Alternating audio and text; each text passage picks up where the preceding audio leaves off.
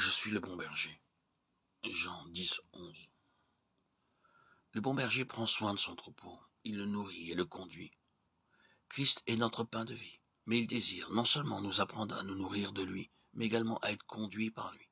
Christ devient notre berger lorsque nous entrons en ligne et dans la voie de ces trois principes fondamentaux. La première est la soumission à Christ parce qu'il est la tête. La seconde est son obéissance parce qu'il est notre Seigneur. Et enfin la troisième est notre dépendance à Christ parce qu'il est notre vie. Notre grand privilège est d'être conduit par lui. Le roi David fut capable de paître et conduire le peuple d'Israël parce qu'il a appris à être conduit par le Seigneur lui-même, ce qu'il apprenait sous la conduite sûre de la main de Dieu. Il l'enseignait au peuple. Christ est l'objet de toute notre éducation. Tout ce qu'il a déclaré n'était pas pour lui, mais pour vous et moi. Dans l'évangile de Jean, le Seigneur énonce quelques lois qui régissent et gouvernent sa marche. Il savait qu'en venant en nous par le Saint-Esprit, sa vie nous ferait entrer dans l'expérience de ces lois. Aussi déclare-t-il, le Fils ne peut rien faire de lui-même. Jean 5, 19. Je ne puis rien faire de moi-même. Jean 5, 30. Ceci montre son absolue dépendance et obéissance au Père.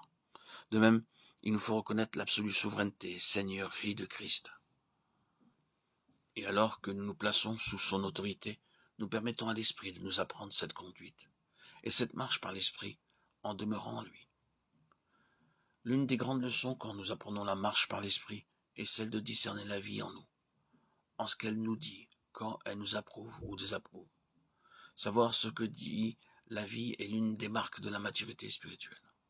Si le Seigneur est dans une chose considérée, la vie suscitera de l'ouverture dans notre esprit.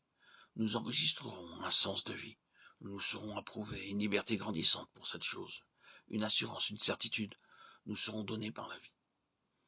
Un sens de complète approbation attestera que c'est la pensée de Dieu, et par le Saint-Esprit, le témoignage sera en nous, pour affirmer que c'est la volonté de Dieu. C'est là un aspect de l'expérience de sa vie, quand Christ est notre berger. Il nous conduit de son cœur intègre et de ses mains intelligentes. Psaume 118, 72. Car la pensée de la chair, c'est la mort, mais la pensée de l'esprit de vie et paix. Romains 8, 6. Le Seigneur déclare encore, je suis la résurrection et la vie. Jean 11, 25. C'est une autre déclaration. Quand Jésus ressuscita à Lazare, celui-ci était mort depuis 4 jours.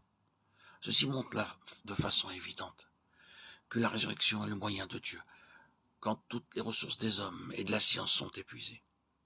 La résurrection est la méthode de Dieu, ce qui veut dire que Dieu accomplit son œuvre, travaille et agit lorsque l'homme ne peut plus rien faire. Ce n'est qu'en nous livrant à lui, en permettant à l'esprit de maintenir l'homme naturel crucifié que sa vie de résurrection réalise le plan de Dieu. En devenant participant de Christ, il nous apprend que sa méthode pour réaliser son œuvre est un processus de mort et de résurrection. Nous devons mourir à nos plans, nos conceptions, nos pensées, et lui laisser le soin d'accomplir ses plans. Il le fera par la puissance de sa vie de résurrection.